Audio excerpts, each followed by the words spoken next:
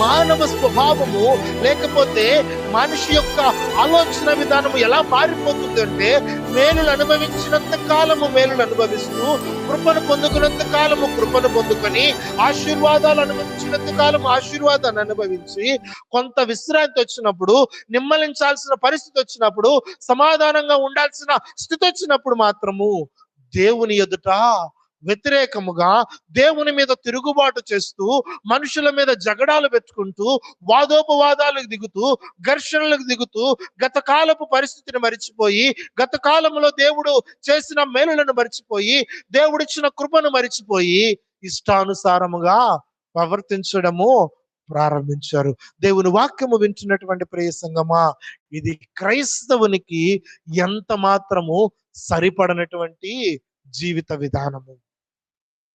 నీవు విశ్రాంతిగా ఉన్నప్పుడు దేవుని వైపు చూడగలగాలి.